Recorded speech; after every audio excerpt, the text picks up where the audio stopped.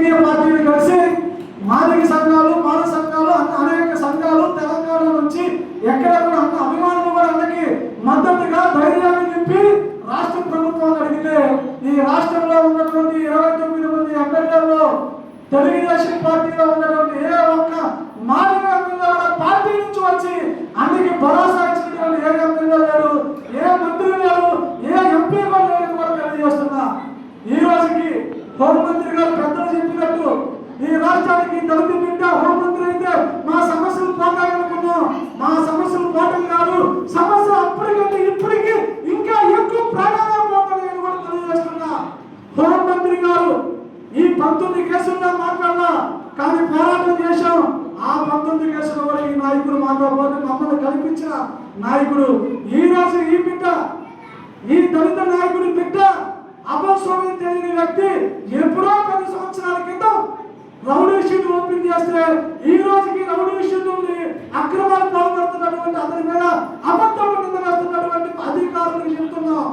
గత 8 సంవత్సరాలుగా క్రాంతి కుమార్ మీద ఒక్క కేసు లేదు, కానీ షీట్ ఓపెన్ చేశారు తప్ప షీట్ తీసేలా.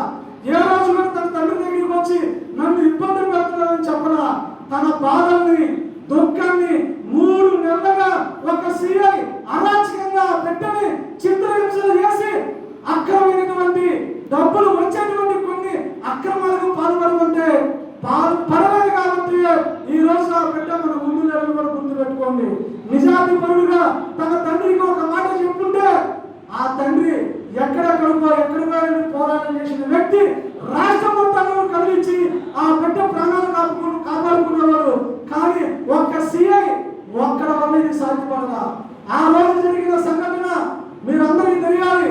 ప్రభుత్వం అనుకుంటున్నారు రౌడీ షీట్లకి వెళ్ళక్కర్లేదు అనుకుంటే కాదే సాయి కృష్ణ ఇద్దరికి మించి కాపు కమ్యూనిటీలో అతను చూస్తే భయపడ్డారని మీరే చెప్తున్నటువంటి మీరు ముఖ్యమంత్రి గారు ఇంటికి పిలిపించుకుంటే మరి మా దళిత బిడ్డ 10 సంవత్సరాలుగా రౌడీ షీట్ అంతకుముందు ఉంది, 8 ఏళ్ళుగా మా మీద కేసు లేదు, కానీ 3 నెలలుగా ఆ బిడ్డని స్టేషన్కి పిలిపించి బూటు పాలిష్ చేయమని, అంటే ఆవిడ వేసుకున్నటువంటి బూటులు కూడా నువ్వు మారిపోవడం కూడా ఉంటావు, నువ్వు చేసే వృత్తి అని అవహేళనగా మాట్లాడిన మౌనం వహించాడు.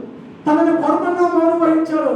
అక్రమ సంపాదన కోసం ఏవైతే ఈ రాష్ట్రంలో గంజాయి అమ్మడం కోసం వీటన్నిటిని కూడా అమ్మడానికి కొంతమంది రౌడీని ఏడుకొని వాళ్ళ పైన ఈ నాగరాజు సీఐ దారుణంగా ఆ 10 మందితో నాటకం చేసి జిల్లాలో ఉన్నటువంటి మొత్తానికి సెటిల్మెంట్లుగా పాల్గొన్నటువంటి వ్యక్తి కోసం ఈరోజు కొంతమంది రాజ్యాంగాన్ని నమ్ముకొని వెళ్తున్నటువంటి పోరాట వీరులు, సమస్య వస్తే పోరాడేటువంటి నాయకులు.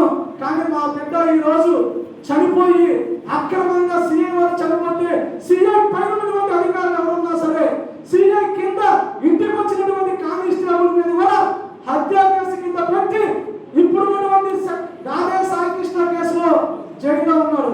కానీ అదే దళిత బిడ్డ మా క్రాంతి కుమార్ కేసు ఇంకా ప్రభుత్వం కనీసం ఆ కేసును కూడా పరిగణలోకి తీసుకొని తప్పకుండా సీఐ నాగరాజుతో పాటు అతను నడిపించినటువంటి నాయకత్వాన్ని, అధికారుల్ని, అతని కింద ఉన్నటువంటి అధికారులు అందరూ కూడా అట్రాసిటీ కేసుతో పాటు వాళ్ళ మీద హత్యా ప్రయత్నం కింద హత్యా కేసు కింద చేసి ఈ కుటుంబానికి న్యాయం చేస్తే రాష్ట్ర ప్రభుత్వం తప్పకుండా ముఖ్యమంత్రి గారు మీరు మా పేరు వెంకటేశ్వరరావు కుటుంబాన్ని పరామర్శన చేయాలి.